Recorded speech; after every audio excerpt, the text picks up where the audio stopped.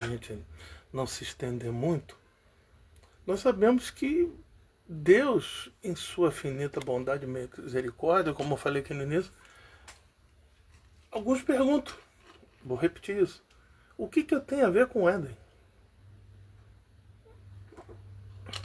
Eu acho que mais importante do que isso é saber que mesmo o pecado entrando na humanidade através de um homem só, Jesus Cristo se torna esse último Adão para consertar o erro através da onde? Do seu sacrifício na cruz do Calvário. Por que eu peguei esse texto de Isaías? Ele em Isaías 6 fala que a salvação é para sempre e que a justiça do Senhor também é para sempre, no verso 8, né? Capítulo Isaías 51, 6 e 8. Agora, ao longo da história, por exemplo, nós batistas históricos acreditamos que se a pessoa foi salva, ela é salva para sempre, ela não perde a salvação. Isso é diferente da predestinação,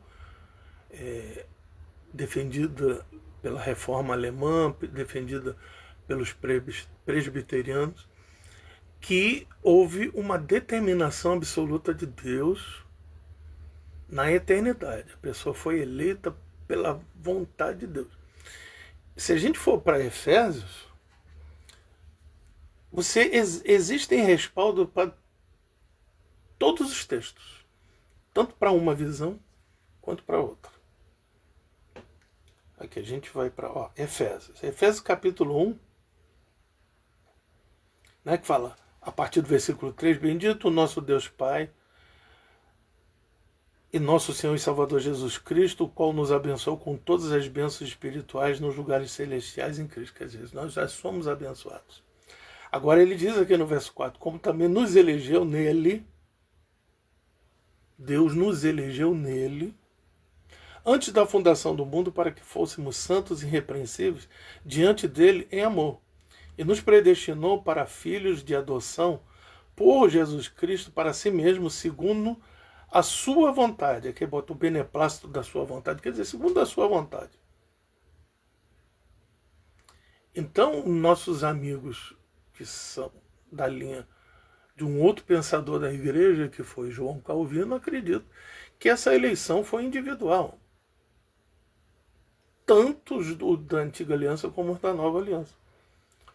O que diverge, quando eu falo a questão de predestinação, eles vão para um outro texto de Paulo, em princípio, que é Romanos 29, que diz, houve realmente uma predestinação, mas anterior ele diz, Romanos 8, 29, porque os que de antemão, quer dizer, os que antes conheceram, quer dizer, Deus tem um conhecimento antecipado de todas as coisas, ele sabe tudo que vai acontecer, e ele permite que o homem seja livre, entendeu? Os que de antemão conheceu, os predestinou para serem conforme a imagem do seu filho, a fim de que ele seja o primogênito entre muitos irmãos. Aqui reconhece que o mediador entre Deus e os homens é Jesus, e ele fala, os que predestinou também chamou, os que chamou a esse justificou, e os que justificou também esse glorificou. Nós estamos nessa fase da justificação. A gente conhece o Evangelho, a gente desenvolve a nossa salvação no Evangelho, e a glorificação é na eternidade. Nós fomos chamados, nós fomos escolhidos. Então a única divergência é essa, se fomos escolhidos pela determinação única de Deus ou se por um conhecimento antecipado que é chamado de graça preveniente ou presciência. Agora, pastor, eu não vi Paulo dizendo isso, mas nós não embasamos apenas na nossa doutrina nas cartas de Paulo, nós embasamos a nossa doutrina no Novo Testamento. E em conformidade com o Antigo Testamento. Se a gente, por exemplo, for aqui para 1 Pedro, né?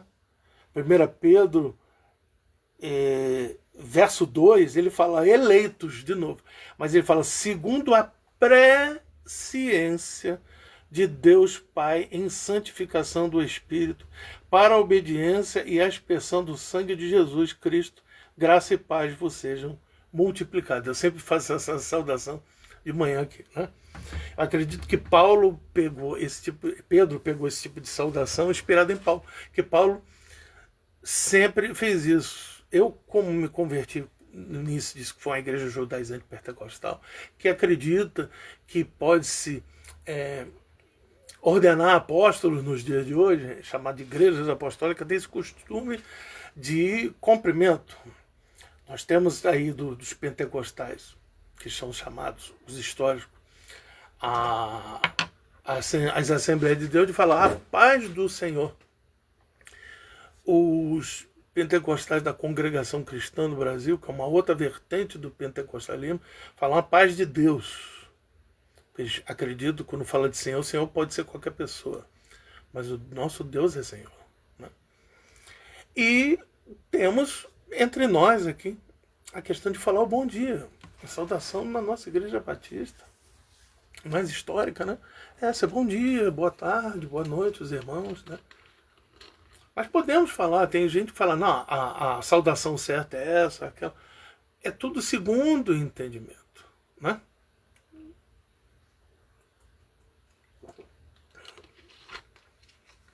O que eu quero dizer é o seguinte, não importa o pensamento batista, que nós estávamos mortos no pecado dele, entrou a salvação, porque ele que nos vivificou. O pensamento batista é esse, uma vez salvo, salvo para sempre. Agora tem igrejas batistas, que aí já são as carismáticas, são as renovadas, eu também pertenci a dessa, eles creem como os metodistas, como os assembleanos, porque aí vem um outro pensador da igreja, que chama-se Jacó Armínio, que crê que a salvação é perdida. Porque tem questões, por exemplo, o livro de Hebreus, no capítulo 6, fala isso. Aquele que uma vez foi iluminado, da graça decaiu. E é impossível levá-lo ao arrependimento. Então, meus irmãos, tem base para tudo. Mas mesmo assim, não, eu sou o dono da verdade. Na verdade é o Senhor Jesus Cristo. Essa é a verdade. E ele mesmo diz, eu sou o caminho, a verdade e a vida. Ninguém vem ao Pai se não for por mim. Nesse mesmo evangelho de João, também é dito que por Moisés veio a lei, mas por Jesus Cristo veio a graça e a verdade. Então, é um dos atributos do nosso Cristo, ele é a verdade. Hebreus 1:1 diz que antigamente, de várias maneiras, Deus falava com os homens. Hoje ele fala através do seu Filho. E quem é o seu Filho? É a sua palavra. A palavra escrita que ele nos presenteou e que persevera e que o Espírito de Deus mantém até os dias de hoje. Independente de questão de tradução, o conteúdo é importante.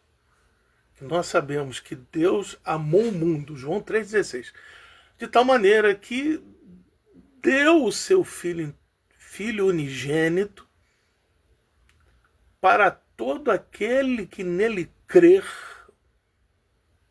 não pereça, mas tenha vida eterna. Então, independente de pensamentos humanos, nós sabemos que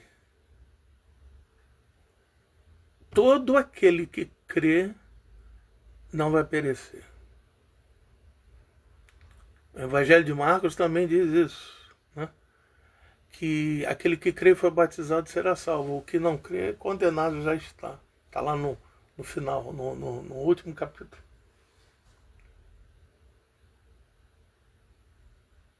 Eu acredito, como todos os batistas, que a salvação é para sempre. Mas se a pessoa foi salva.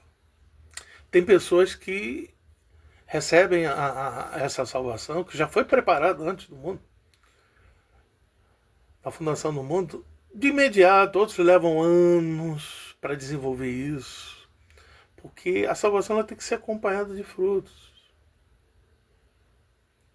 Tiago, irmão do Senhor, diz que a fé sem obras ela é morta. Paulo fala da salvação pela graça, pela fé, né? Que não vem de vós, mas vem de Deus.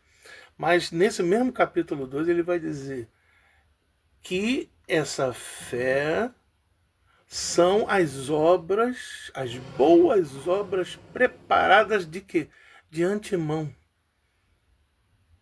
Lutero não considerou a canonicidade do livro de Tiago por causa dessa questão. Se é por obras, então vamos voltar para ler. Ele não entendeu. Porque, na realidade, quando Paulo fala assim, de obras da lei, de obras da carne. As nossas virtudes em Deus, vinda por Deus, são as obras da graça, as boas obras de Cristo. Então era disso que o Tiago falava. A fé sem obras, quer dizer, é a obra do verdadeiro amor de Deus que desenvolve em nós, isso é uma coisa. Né? Eu estou aqui com o Vitor. Ô, meu querido, Deus abençoe, é neto da pastora Nilda, a irmã pastora Nilda que me ordenou a pastor em 2012. Que Deus abençoe a ti e a todos os seus familiares. Então, para a gente fechar isso, porque já faltam 3 minutos para as 10, é entender isso. Obras da lei eram as ordenanças, né? Obras da carne, que é citado em Gálatas, que fala em contraponto ao fruto do Espírito, né? Que esses não herdarão o reino dos céus. E as boas obras em Cristo. Ah, pastor, então quer dizer que se eu pecar, eu perco a salvação? Alguns entendem dessa forma. Eu já não entendo. Eu acho que se a pessoa é salva para sempre. Agora, ela não fica à mercê, ela não fica isenta de não pecar. Jesus disse àquela mulher adúltera que ia ser apedrejada, e a lei dava embasamento para isso. Ele disse que não tiver pecado, que atire a primeira pedra. Então ninguém ali poderia apedrejar. O único que não tinha pecado era Jesus. E Jesus perguntou: cadê os que te condenam? Eu também não te condeno. Vá e não peques mais. A Bíblia relata se ela voltou a pecar o mesmo pecado ou outros pecados? Não. Mas eu tenho certeza que se ela absorveu aquela palavra que Jesus disse ali, eu não te condeno. Porque na realidade Jesus não veio para condenar o mundo, ele veio para salvar. O que condena o homem é o homem não enxergar a esperança em Cristo, achar eu não presto mesmo. Nós éramos mortos em pecado dele, mas ele nos vivificou.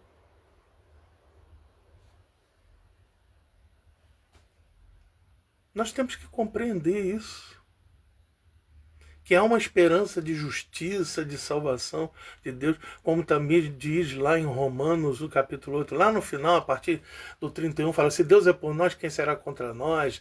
No 32, que diz: se Deus não poupou o seu próprio filho, como também nos poupará? Fala a partir de 33, quem colocará acusação sobre os filhos de Deus? Porque o Senhor os justifica. Quem os condenará? Fala: somos reputados como ovelha para o matadouro todos os dias, mas sobre todas essas coisas nós somos mais que vencedores. E diz que nem a morte, nem a vida, nem anjos, nem principados, nem a altura, nem a profundidade poderá nos separar de Deus que está em Cristo Jesus. Eu fico com a palavra. Amém? Espero que todos tenham entendido, né? Que tenham confortado o vosso coração que a nossa esperança está em Cristo, né? Paulo diz aos Coríntios na sua primeira carta, lá quando ele fala sobre ressurreição, no capítulo